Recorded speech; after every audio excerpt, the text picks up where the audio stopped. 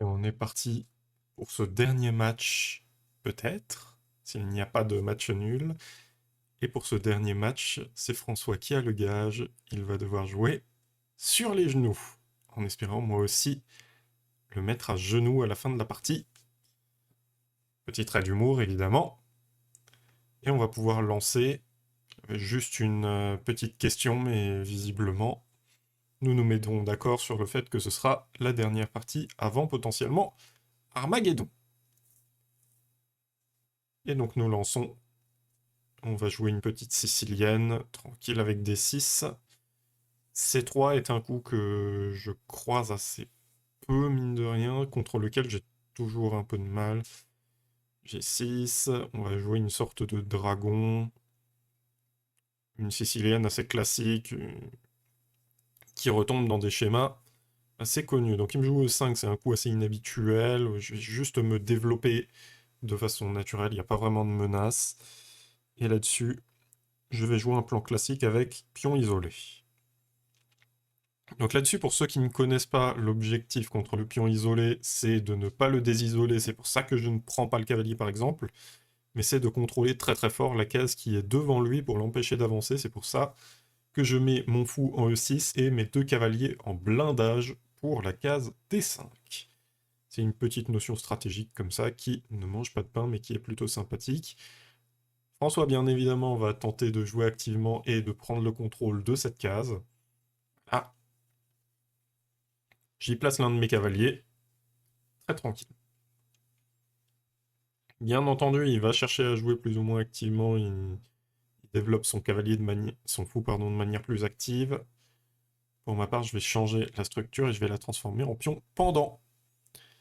Qui maintenant sont toujours isolés, mais ils sont deux et donc ils ont un potentiel dynamique un petit peu plus fort. Il faut donc que je joue assez rapidement ma tour pour empêcher les avancées trop brutales de ces deux pions. Bien évidemment, quand je parle d'avancée, là voilà, je prends. L'idée, c'est qu'il est forcé de me reprendre avec le cavalier, parce que s'il prend de la dame, il perd le pion D4. Et là-dessus, je vais pouvoir moi-même jouer un petit peu dynamique et jouer cavalier E4. Il n'y a aucun moyen de rajouter de la pression sur mon pion E, donc c'est pas vraiment un problème. Il n'y a pas envie d'échanger le fou contre le cavalier, c'est compréhensible. Surtout dans une position aussi ouverte. Tour C8, je mets de la pression sur son pion C. Il va riposter avec dame B3 pour lui-même remettre de la pression en échange. Je joue B6 pour que mon pion ne soit plus en prise. Et à tour D1. Donc là, en soi, j'ai réussi à quasiment les immobiliser, les deux pions pendant. Voilà, E6, c'est comme ça, il n'y a plus vraiment de poussée. Mon cavalier est assez actif, je suis plutôt content de ma position. Et il va falloir que je vois comment est-ce que je peux transitionner pour aller vers un avantage. Je pense qu'une de mes idées, ça peut être bouger la dame et mettre ma deuxième tour en D8. Ah, il joue D5, d'accord. Donc là, il va revenir à une position avec pion dame isolé, ou alors il reprendra de la tour, mais dans ce cas-là, sa structure de pion sera pas terrible. Donc je pense que je vais prendre et que je vais jouer surtout autour des colonnes ouvertes, que sont les colonnes C et E. Voilà. Là, pour moi, prendre de la tour, c'est pas forcément le meilleur choix. Donc je pense qu'il me prendra du pion. Voilà. Donc là, la menace D6, elle m'embête quand même pas mal. J'ai très envie de jouer le cavalier pour bloquer cette menace. Mais je pense que je vais juste partir sur la tour qui va occuper la colonne, parce que là, en soi, il peut pas tout de suite, jouer pour D6, sinon il perdra le pion. On a des positions assez dynamiques, mine de rien. Mais là, son plan principal va être de jouer autour du pion central D5 et de prendre un maximum d'espace. Là, voilà, je vais mettre le cavalier en D6. Si vous voulez bloquer un pion isolé, vous vous mettez devant avec un cavalier. Vous verrez, ça aura des effets merveilleux. Là, il m'attaque la dame. Très bien. Je pense que je vais la bouger. Là, D7 me paraît être le coup le plus raisonnable. Voilà. Parce que bon, on va pas jouer F6, on n'est pas des sauvages non plus.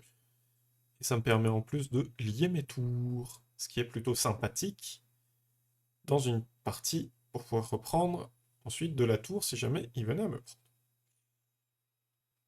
Là-dessus, il me joue fou F4, il veut définitivement attaquer mon cavalier pour le forcer à bouger. Ouais, c'est vrai que c'est embêtant pendant que Noah se goinfre de notre ravitaillement. Néanmoins, là-dessus, je vois pas trop ce que je peux en faire. J'ai pas vraiment d'idée pour contrer ça. Ouais, je peux peut-être envisager de bouger le cavalier, mais pour le bouger ou pas en B7. Peut-être juste jouer fou F6 et contrôler un peu plus de cases. Ouais, fou F6, allez. Là-dessus, j'ai un petit peu un manque de plan. J'essaye de trouver des faiblesses dans la position adverse, mais ouais, cavalier E5 m'embête pas mal. J'hésite à prendre. Fou prend, fou prend. Après, je lui laisse un très fort fou, ça m'embête beaucoup. Un très fort fou contre mon cavalier qui sera pas aussi puissant. J'ai pas envie d'échanger, mais du coup, qu'est-ce que je peux jouer? Je suis tenté par Dame E7 en fait, parce que ça cloue le cavalier. Il peut pas vraiment me. Il peut pas vraiment bouger son cavalier à part en D3. S'il recule en D3, bon, c'est un petit peu la mort dans l'âme quand même. S'il revient en D3, je pense que je pourrais revenir en D7 tranquillement. Et pourquoi pas prendre la nulle là-dessus? Non, j'ai une position trop intéressante pour prendre la nulle, je trouve. Non, c'est... Je trouve que c'est... Mais qu'est-ce qu'il va faire? Dame E3. Ok, très bien.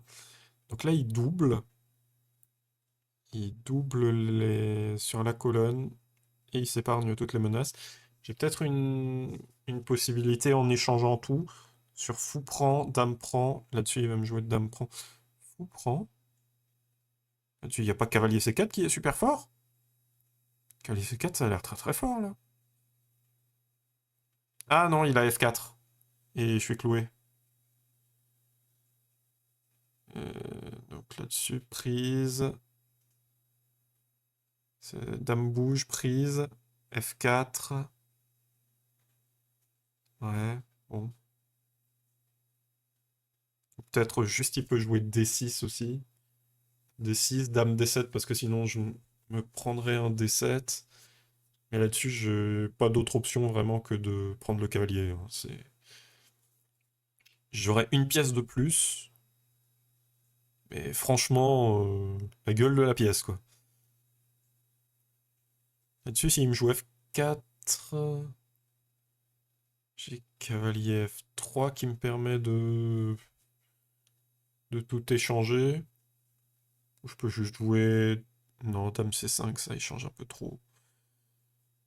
Donc sur F4, je peux peut-être juste jouer... Je sais pas, je trouve pas être cool là-dessus.